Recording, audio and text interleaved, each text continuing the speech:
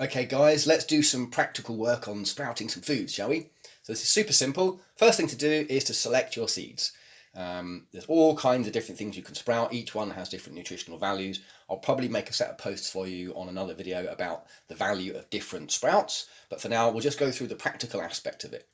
So the first thing to do is to select some good quality organic seeds that have been sold for making sprouts with. You don't want cheap seeds that are sold for animal food, as they're not stored in a way that you're going to want to eat.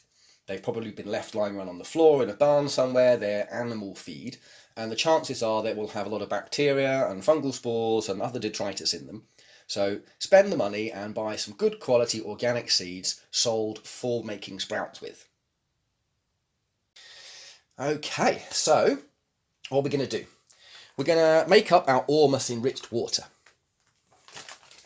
So to do this, we're going to want some good quality spring water. I've got some standard spring water from the supermarket here. And all we're going to do is fill up our bottle of what will be Ormus enriched water with spring water. Don't use tap water. Don't use reverse osmosis water for this. They're not a good idea. Tap water is going to have chlorine and fluorides and God only knows what else in it. And reverse osmosis water is alchemically dead. And it also it makes biological things like microbes and stuff, they make them explode. It's too strong in terms of water. Okay, so use a decent quality spring water. Take your little bottle of Ormus. Here's my little bottle of Ormus. That's a 1 litre bottle there, so I want half of that. And we're just going to give it a little bit. Have a look. It's just a squirt. If you get a bit much, doesn't matter. That's about half. That'll do. See, it's not super critical. If you put the whole thing in there, that's fine. We actually run tests with this up to 20 ml per litre, and it's perfectly fine. And this is a 10 ml bottle, so half a bottle, whole bottle, not a problem. Pop the lid on it, give it a little shake. Now, the best thing to do at this moment is to recognise that this water is sacred, magical water. That's what we want, right? We want structured water for growing our plants. The easiest way to structure that water is to do a little bit of a presence practice, do a 10 minutes of meditation, and just send positive, nice energy to the water. And that will structure the water, and it will energize and activate the Ormus, ready for use with the seeds. Super simple. Okay, today I'm going to grow some alfalfa seeds, because I like alfalfa. Alfalfa was my original crop that I used for Ormus development years and years ago. Because you can grow sprouts with it, like this, you don't need very much in there. Just enough to sort of cover the bottom of the jar.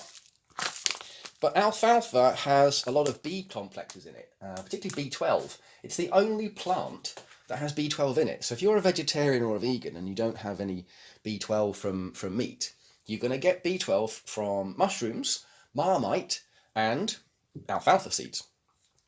And I'm going to do some mung beans today, because I want some for my salads. And again, you don't need very much. You only need to cover the bottom of the jar.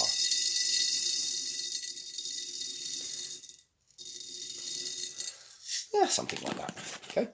They're going to expand and they're going to swell up and take over all the space in the jar, and they're going to grow. So don't try to fill the jar completely. Then we take our Ormus enriched water and we do a little moment. Send a little drop of Reiki, a little drop of positive love and vibes to the water.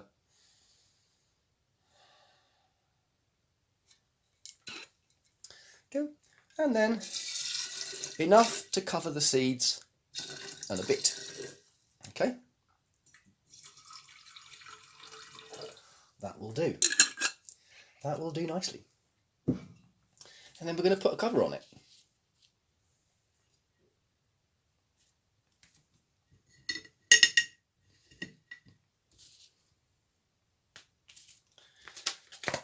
How easy is that?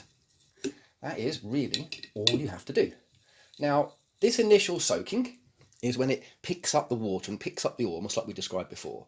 It's also good to wash the seeds at this point. Now, I'm using nice, clean seeds from the health food shop, so I'm not overly worried about them being contaminated with anything. There is another process that you can use for decontaminating seeds, if you're not entirely sure and convinced that they're clean. And you can see in this one, that water's gone a little bit, see, it's gone a little bit murky. So there's obviously a little bit of muck coming off of the seeds, but that's okay. We're going to wash that away in the next part. Now I'm going to leave these to soak. And I know that my alfalfa seeds need about 6 to 8 hours to soak. Any longer than that and they'll start to drown and you may not get very good germination. These mung beans, they actually take nearly 24 hours to fully soak and hydrate and fill with goodness. So I'm going to leave them a little bit longer. And then you can just drain them off. You don't have to take the covers off, you can just pour them out through the cover and then wash them. So I'm going to leave them for a few hours and then we'll come back to the washing and cleaning process next. So now that you've got your seeds, you're going to want some equipment to do the growing and sprouting in. So you want some large jam jars or big coffee jars with wide necks, plenty of space for everything to grow in. You're going to cover them. I'm using little bits of vegetable bag, these new fancy vegetable bags in the supermarket. They make great covers. And you need some hair bands to hold them down with. You need a bottle to put your Ormus water in. And then you need something to sterilise it all. It's really important to sterilise it. So I'm using VWP powder. This is winemaker's sterilising solution. This stuff is the best. If you've used the jars a couple of times, you'll find that there's little deposits in the jar, microscopic little specks. So even though you've washed them and scrubbed them with hot water, maybe poured boiling water over them, there will still be little bits adhering to the glass. And this stuff cleans it all off. If you can't get this stuff, then you can use baby bottle sterilising solution or any bleaching agent that will clean it. But the best thing to go for is some of this. It's super cheap. A little pot like this is 4 or 5 quid, and that does 30 gallons of sterilising solution. So there'll be enough for years of use. Get some of that. If you don't sterilise your bottles properly, you will end up with this situation. This is actually the bottle that had the Ormus water in it from an earlier test. It wasn't properly sterilised and cleaned with the VWP powder. And it looked spotlessly clean, but over the course of a week or two of it just sitting in the lab out of the way, all these bacteria and funguses have started to grow, and the Ormus has precipitated out of the water and gone all cloudy. And you can just see all the amount of horror that's in there. So even though it was visibly spotlessly clean when I started, it wasn't actually sterile. So you really must sterilise all your equipment properly, otherwise this is going to happen in your sprouting jars. While we wait for our other seeds to do their thing, I'm going to give you a little look at what happens when you do this with wheatgrass, or what happens when you do this with a grain that you think is actually a bit contaminated and a bit grotty. So you can see here I've got wheatgrass seeds. Okay? Actually, these are ryegrass that I'm using for a mushroom experiment as well as growing wheatgrass. And you can see there's a lot of dust and detritus in the packet. Right? Now we're going to want to clean this and sterilise the seed before we do the Ormus bit. Now the go-to solution for this is actually hydrogen peroxide. Now I've left this till a bit later in the video because it's a bit more involved. And if you're not comfortable doing this, just do the process the way we've showed you in the beginning. Okay, if you're happy working like this, then you can do this as well. So I want to clean and sterilise my seeds. So I'm going to take some normal water, some of the spring water, and I'm going to cover my seeds with it. All right, and we're going to wash out the muck. And then we're going to want to sterilise them. Okay, so we're going to give it a little swirl. They need a bit more water than that. And we want to get all the muck out of it. Okay?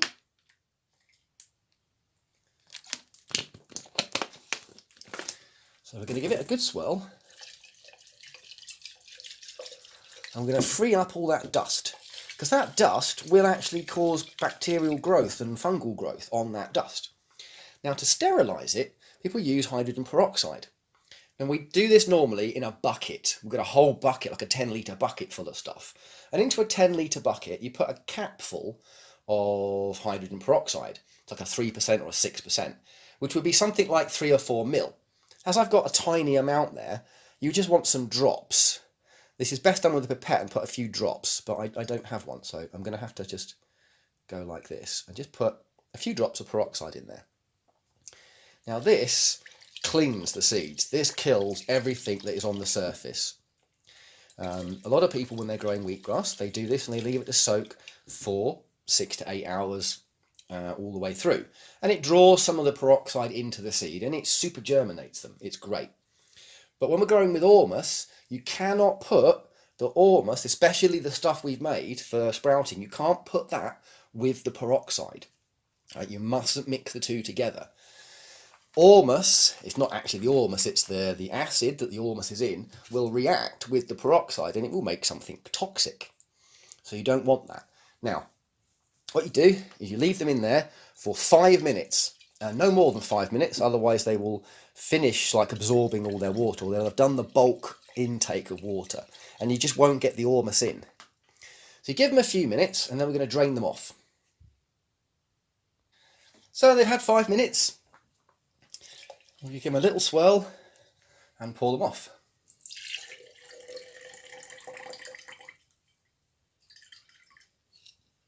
And the same with this one. You see how easy that is to work with those covers? And look, all this muck has come out. So we're going to get rid of that. We don't need that. And then we're going to flush it through with a drop of water.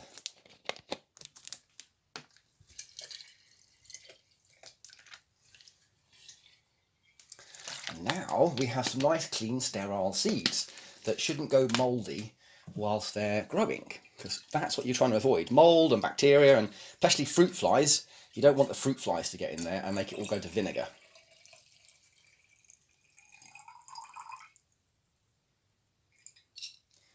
Cool. Tap the top, make sure you get all the seeds off the top. Whoops, I've just poured some water on the floor, never mind. So I have a wet room floor.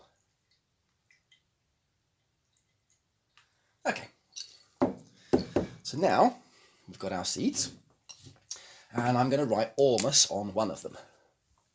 So, Ormus. There's the one with the Ormus in it. Now, for this test, I'm doing some Ormus experiments. So in the not Ormus jar, it's just going to have a load of water.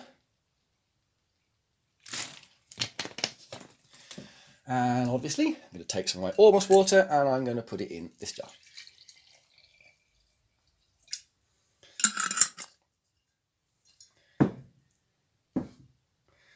Give it a swirl and make sure all of my seeds have been washed down off the side of the jar and they're in the bottom and there's nothing sitting around the top. And the same here. Catch all my seeds, get them down there. And you can see that the water is all now nice and clear. That's what you really want to see. And then I'm just going to leave them. So wheatgrass seeds need 6 hours. That's their optimum soaking time. The alfalfa seeds need about 6 hours, the mung beans they need about 24. So we'll come back later this evening and give them a flush and give them a clean, and you want to wash them twice a day, in the morning and in the evening. And that is a perfect moment to do a little presence practice. So when you're washing your seeds, do a few minutes of meditation, clear your head, stop thinking about anything else, and then just spend those few minutes with your sprouts and with your seeds, gifting them a nice piece of energy, a nice piece of love, and you'll find they grow much, much better if you do that. And the Ormus, it absorbs that energy that you're giving the seeds. So when you've enriched them with Ormus and you turn your Reiki on and you start giving them some energy, they're actually able to absorb that energy from you much better than if they don't have any Ormus in them. Okay, we'll come back and we'll look at them in a bit later on and over the next couple of days as they grow. 4 or 5 days later, I've got jarfuls of lovely tasty sprouts. Look at that, it's all ready to go. These ones you can eat just as they are now, or you can let them carry on growing and you can get bigger sprouts. If I want to, I could take half of that jar out and have it for my salad today, and I could leave the rest in there and let them keep going. And what you'll have is a bigger sprout, and the seed itself, these little seeds, they'll actually shrink down in size and you'll end up with a big mung bean. With the alfalfa seeds, they're ready to go. The only thing we need to do now is put them in the sun for the day. And as soon as you put them in the sun, all the leaves will open up and go green, and they'll literally be ready to eat tomorrow.